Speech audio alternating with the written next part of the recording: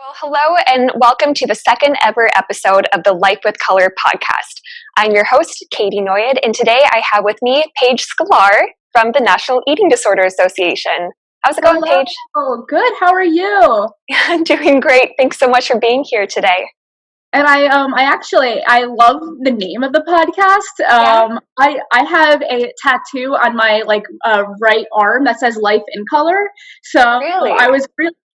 so I was really excited when I heard the name. I was like, "Oh, this is meant to be." Yeah, I talk a little bit about this in the introductory episode. But basically, when you have an eating disorder, it's such a dark time in your life, and so you're so limited with the opportunities that you can do, and everything is so black and white. You have black and white, all or nothing thinking, and just such a dark time that recovery is completely different. It opens so many possibilities.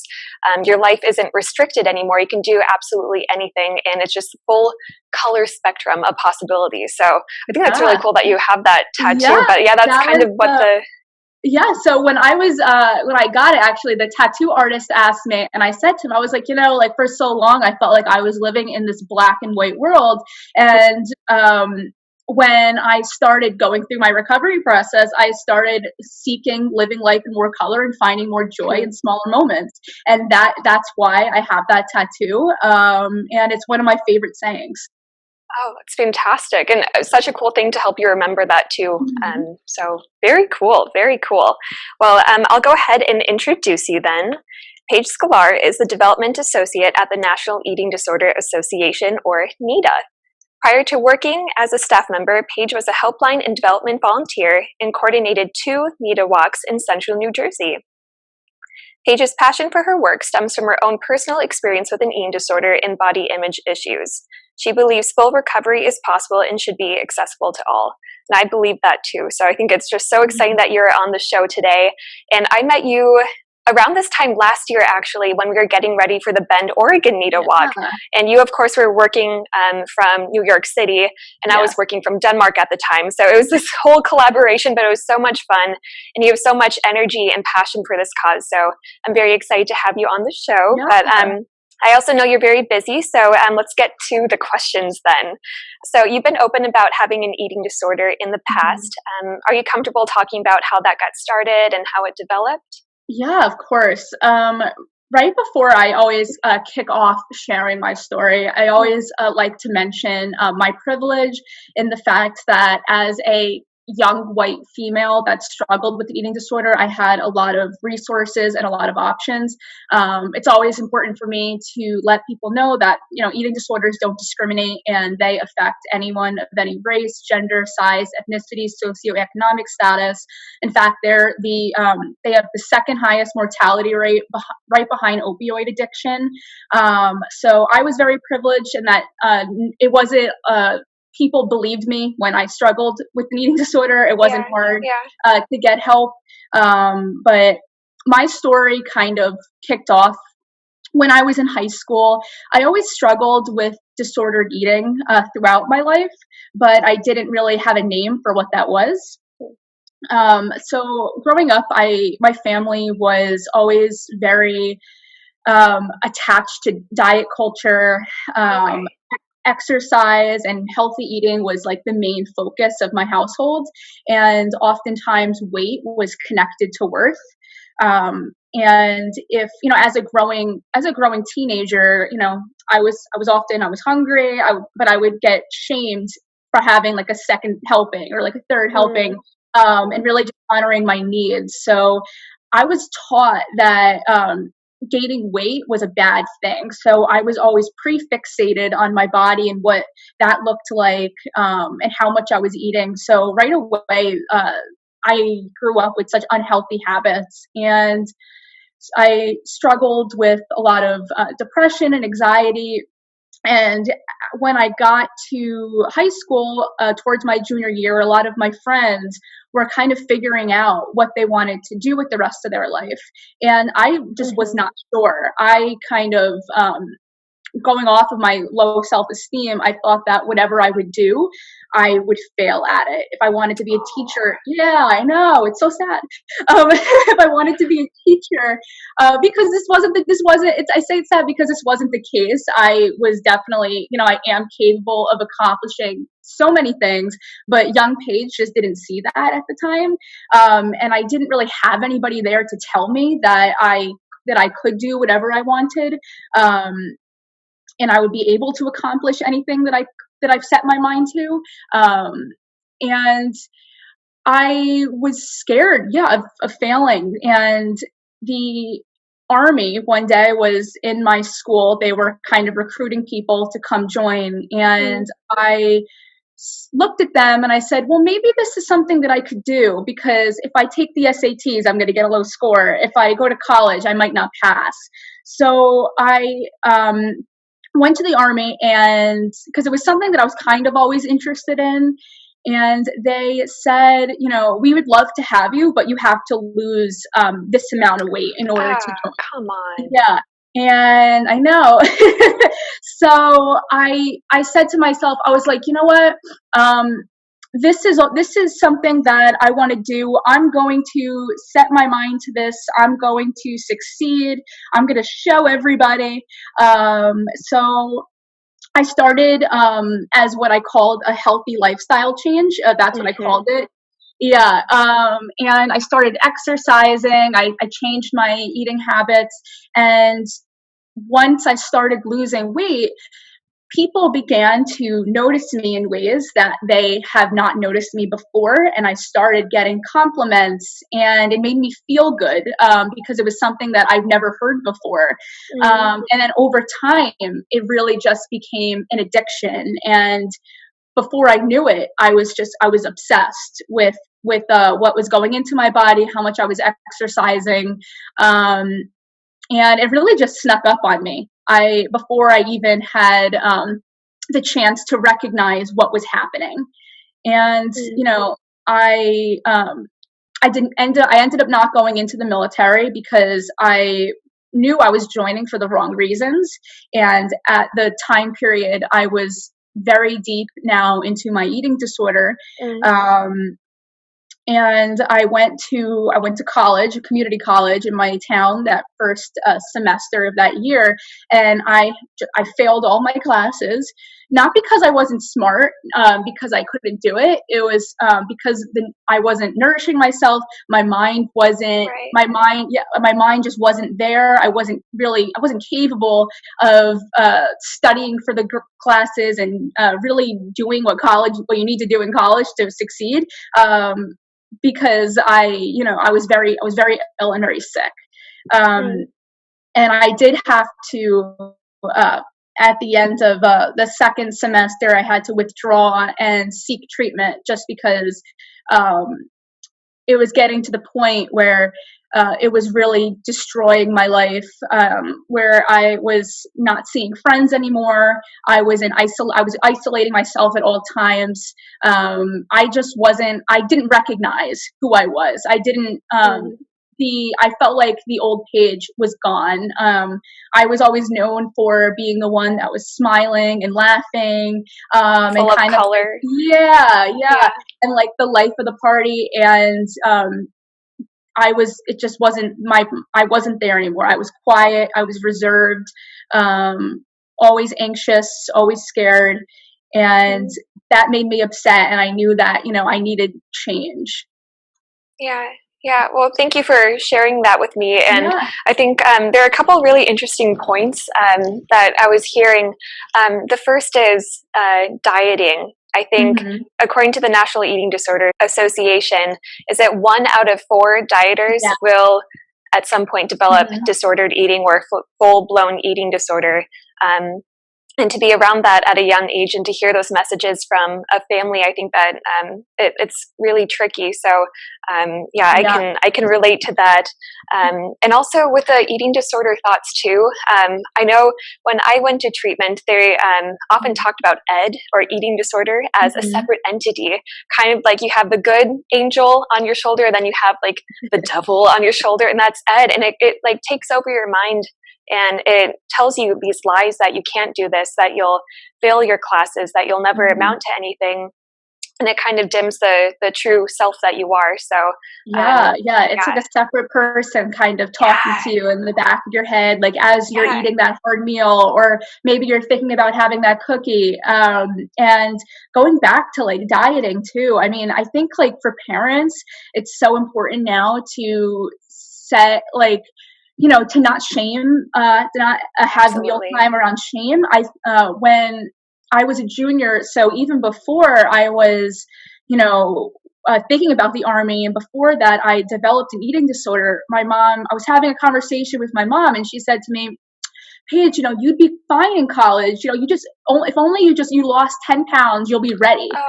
So, you know, and you know, weight your weight, like your fatness, however you are, however you exist in this world, has nothing to do with your ability to succeed in the world. I could have went to college, I could have went to college exactly as I was, and I would have gotten, you know, I could have gotten A's, I could have gotten involved in clubs. You know, your weight has nothing to do with your worth, and I think that that's so important for parents at a young age to instill in their children now. Right. And also for society to help reject diet culture, and to hear those things and be able to see it, recognize it, and kind of get rid of those thoughts, because diet culture is all around us. We're practically swimming in it every day, and it's so difficult when it's coming from your loved ones and sending messages that are quite hurtful too. So I think you've developed a really good attitude towards it, and I'm wondering if you'd be able to talk about how treatment was for you and what that process was like. Yeah. So again, I was very privileged in the sense that I was able to receive treatment. I was very ambivalent to it at first. When I first went to see to get like an initial consultation, I refused to go into the program just because I was so scared. But then I came back a couple weeks later, and I kind of accepted it, that this was the help that I needed.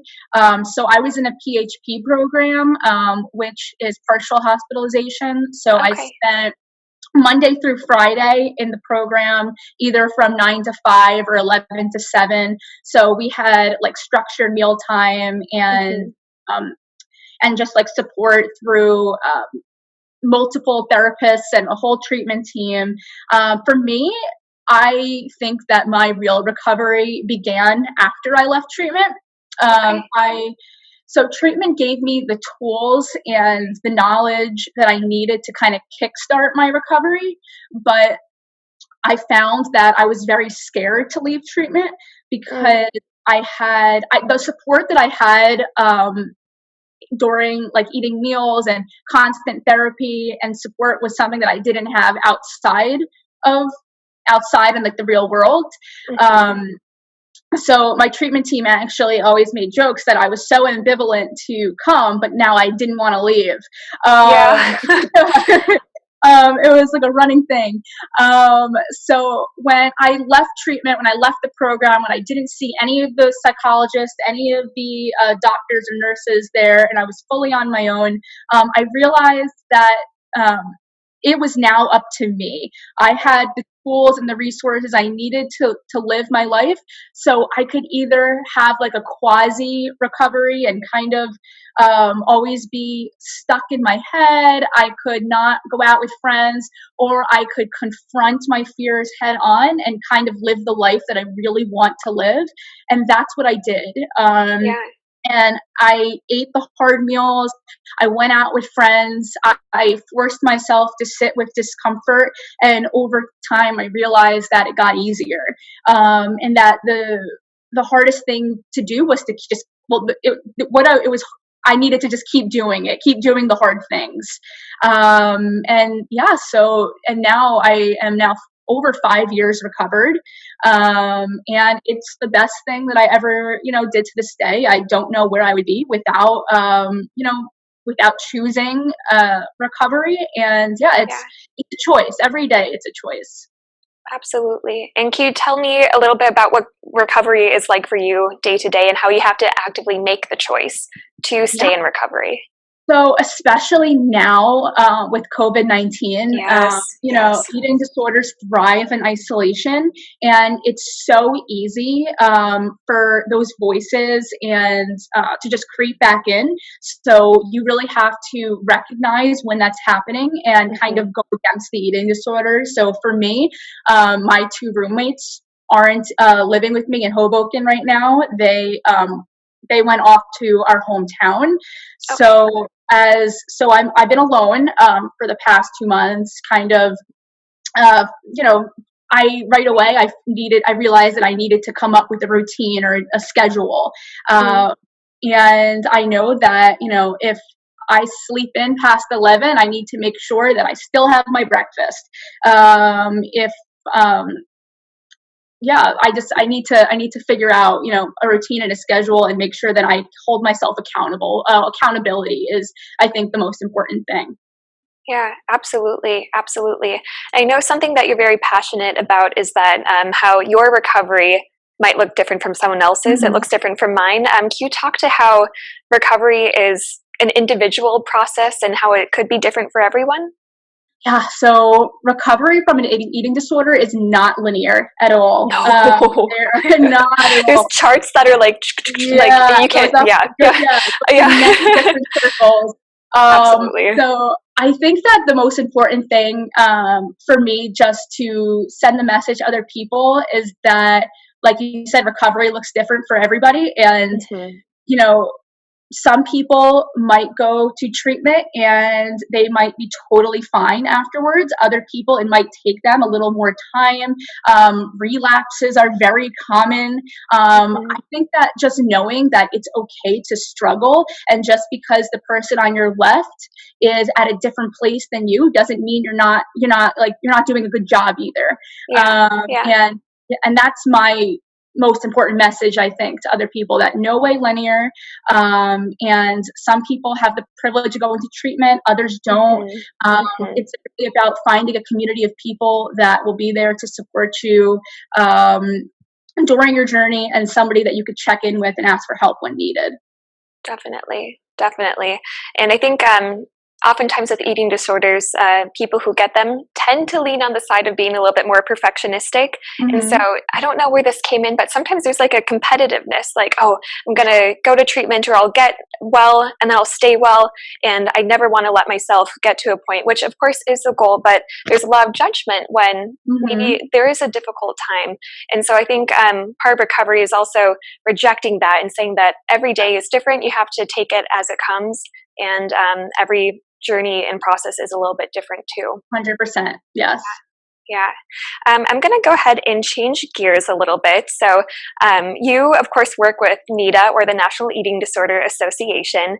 And NEDA is the largest nonprofit organization dedicated to supporting individuals and families affected by eating disorders in the United States. And as I said before, I worked with NEDA for a couple years with. Oh, the microphone's getting a little funny. Jessica, can you hear right? that? Yes. Pardon? Okay. You No, worked we're with good. Jessica, right, first? Yeah. And it was just an absolute dream. It was so much fun to work with both you and Jessica over the years. And I just can't say enough good things about this organization. Yeah. And I know that you started with NEDA as a volunteer, specifically as a helpline volunteer, and also as, were you a coordinator for the New Jersey Walks? So, so when I volunteered on the helpline, I was looking for additional ways to get involved. So that is when I reached out to Jessica and was interested in coordinating a walk, and that's kind of where like my journey with NEDA really took off. Yeah. And you did not one, but two? How did that come into play? Yeah. Well, I loved, as you know, coordinating a walk is such a joy, and it's so meaningful. So I knew I needed to do this for a second year. And I wanted to bring it back a little bit to Bend. Just it was so funny. For everybody who doesn't know, so Katie's in Denmark, I'm in New York City, and then we had another person, Allie, who was actually in Oregon. So when we were trying to we were all three of us different time zones trying to plan the walk, and coming up with times that we we could speak was hilarious because Oh my we were gosh. all in different time zones. Yeah, yeah, that's So true. yeah, it was like it gives me. I was laughing actually just thinking about it because I was like, how did we do that? But we did it. And it worked out. I thought it was one of It the best worked. ones yet. And the new Yeah, location was fantastic too. yeah, So I know that this upcoming year is a little bit funny with COVID-19, yeah. of course. So Hmm. that's had an impact. But in the future, I'm excited to work with you again. And Yeah, of course, Ali, to get the walk going for its 5th year. So it's crazy that's going yeah. into its 5th year of existence. But yeah, can you tell a little bit about what Nita Walks are and the kind of impact they make? Yeah, yeah, wow. So Nita Walks are really just a celebration of recovery, Yeah. where people come together from all different backgrounds, like parents, supporters, people that have struggled, Mhm. really just to spread the message that recovery is real, it's possible, nobody is alone, and there is a community of brave supporters, fighters, Yeah. survivors out there. And the funds that we raise through Nita Walks go to support our programs and services like our helpline, our Mhm. screening tool, so much more. Yeah, so and we actually, our program has really grown over the years. Now we have them in 95 cities nationwide, which is so, Wow. yeah, which is Yeah. so exciting. I think that if COVID-19 didn't strike, we may have hit 100 this year. But Okay. we roll with it. Maybe next year we'll hit 100. 2021 will be the year. 2021 will be the year. 2021. Yeah, yeah. And you touched on a few of the different resources that NEDA offers. Again, there's the COVID-19 Mhm. resources, there's meal support, and then help finding free treatment online too. That's a big part of it.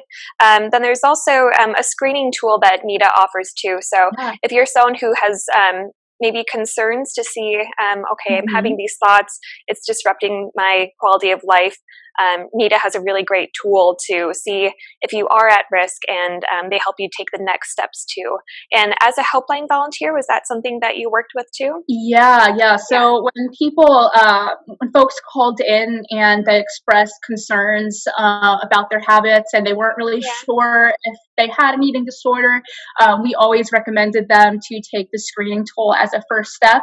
So it's not a it's not a replacement for professional Hmm. help or diagnosis, Hmm. but it will tell you if it's time maybe to reach out for a professional.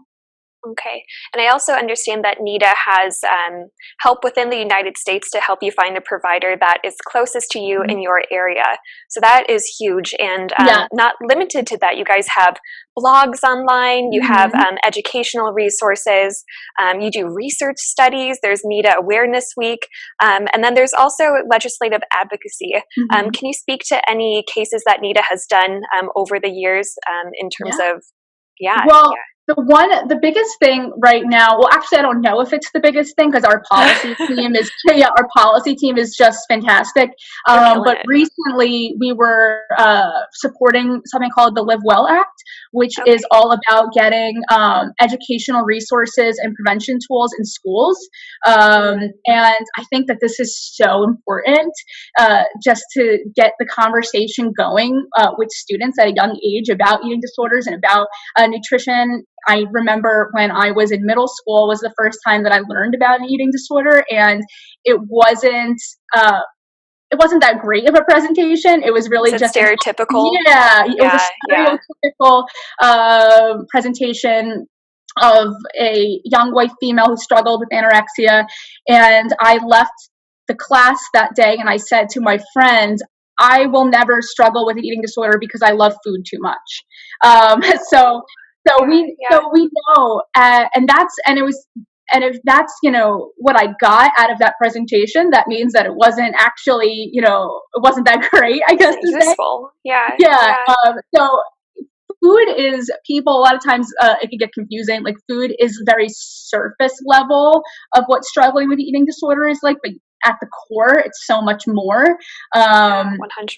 yeah. So if I think that if we have those tools in school, somebody in high school, for example, might have noticed that I was going down the wrong path and was able to step in before it was too late and before it became a full-blown eating disorder. Yeah. So yeah, so the Live Well Act, very important. Um, some other things I think we have on our website is for COVID-19, we started something called Nita Connections. So Yes, so highly recommend it. yeah. So almost every day we have had different, either it's professionals in the field. I've been on Anita Connections before, just as talking about volunteering activities. We've had performances. It's really great just to check in for 15 to 20 minutes and get some, stay connected and get some tools and resources at home.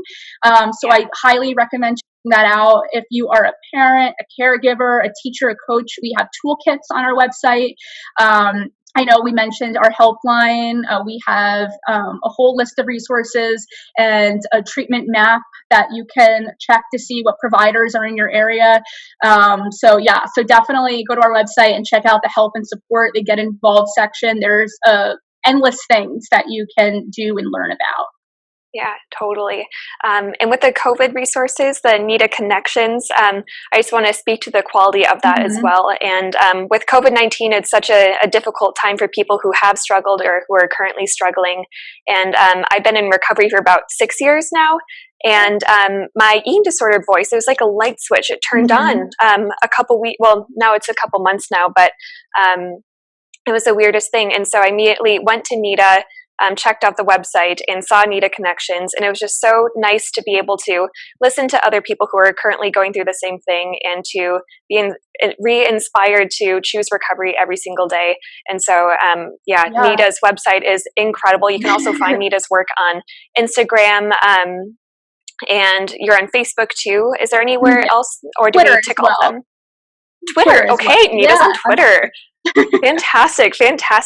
And one last question for you is, are these programs and support that NEDA provides, are they limited to people in the US, or can people around the world get help too? Yeah, so there, obviously our treatment map is limited to the United States. However, our helpline has, if you're from another country, we have a full list of the different organizations for other eating disorder organizations in other countries that we give folks to reach out to. And for other people in other countries, they could read our blogs, they could follow us on social media, they could join in on a forum. And now that we have virtual walks, I know that you joined in on a few of them. So beforehand, so we're not able to physically bring another NEDA walk outside of the country, but now since our walks went virtual, folks in other countries can now join in on them and get a little bit of a taste of what that's like. So if you're from another country and you've never been able to join a NEDA walk, now is your time. Sign up, and now's the time. You could find, so we're having 5 different virtual events in the fall. It separates into 5 different regions. You could check that out on nitawalk.org and please join us. Yeah. Well, Paige, thank you so much for your time and all the work that you do with NEDA. It's such an incredible organization, and you do so much good work, not only in the US, but I mean, the support can be found elsewhere too. Yeah. So thank you so much for coming onto the second episode of the Life with Color podcast. And take care. Thank you. Bye. Thank you. Bye.